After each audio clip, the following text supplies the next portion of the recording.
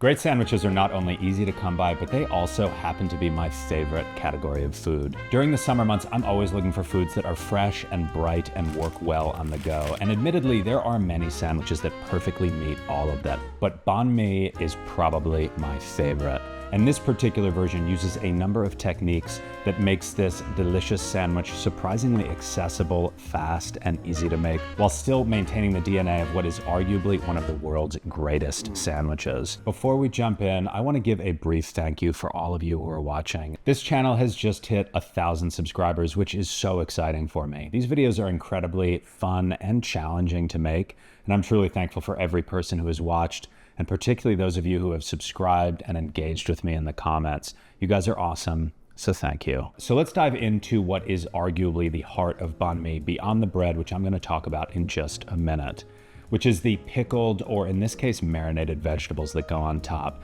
And I say this is the heart of the sandwich other than the bread because the traditional protein that goes into the middle is a pate, or a type of Vietnamese sausage, which is unfortunately very difficult to come by. And I can't remember the last time I ate an actual classic banh mi, despite what a genuinely life-changing culinary experience my first real banh mi was. I started with a European or hothouse cucumber, and using one of my favorite kitchen tools, the peeler, I shaved it all the way down until I started to see seeds.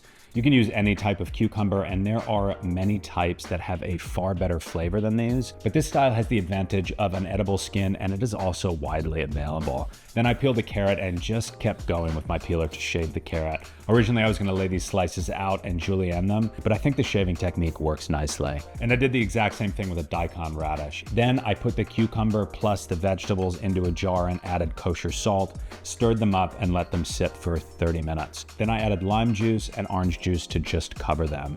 This is a delicious and fresh marinade, but it is not a pickle, and it will not keep in your fridge for more than a few days. I don't know about you, but I find beyond these staple pickles like red onions or chilies that I know I'll use all the time, extra pickled things tend to just find a corner in my fridge and just kind of live there until I finally rediscover them to just throw them away. But if you do want this to last, replace the citrus juice with rice vinegar or white wine vinegar or the classic distilled white vinegar.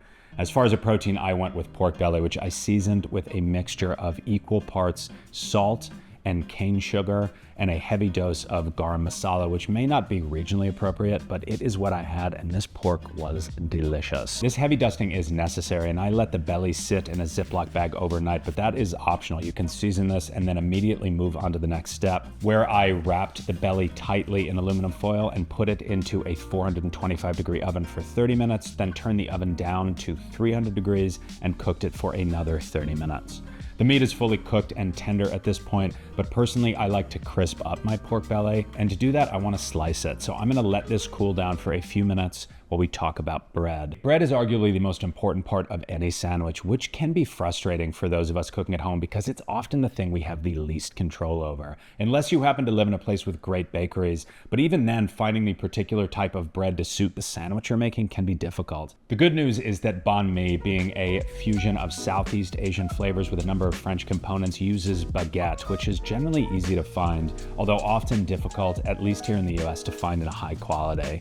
And I was debating when I was thinking about this video whether or not to do a short bread tutorial, but to be honest, despite even having some professional experience making bread, I rarely make it at home. But these frozen mini baguettes I found at my local grocery store are surprisingly delicious and have the benefit of being warm when I want them to be. I sliced the belly into planks and then laid it back onto the foil. I cooked it in the broiler for 11 minutes. Broiling times vary enormously depending on your particular oven, but the goal is to crisp up the exterior of the slices, particularly this piece of fat on the top, as well as to render off as much of the fat as you can. If you don't have a broiler, a 450-degree oven will work nicely. Once the meat has crisped up, I coated it with a mixture of 80 grams of orange juice, 3 grams of fish sauce, 10 grams of a sriracha-style hot sauce, and 15 grams of honey, and then put it back into the broiler for a few minutes to glaze onto the meat.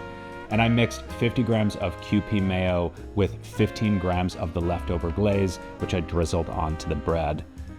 This is definitely not an ideal sandwich mayo consistency, but it still adds the creaminess and mouthfeel you need.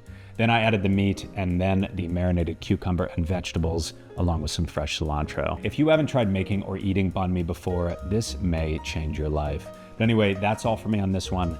Thank you for watching, and I will see you soon.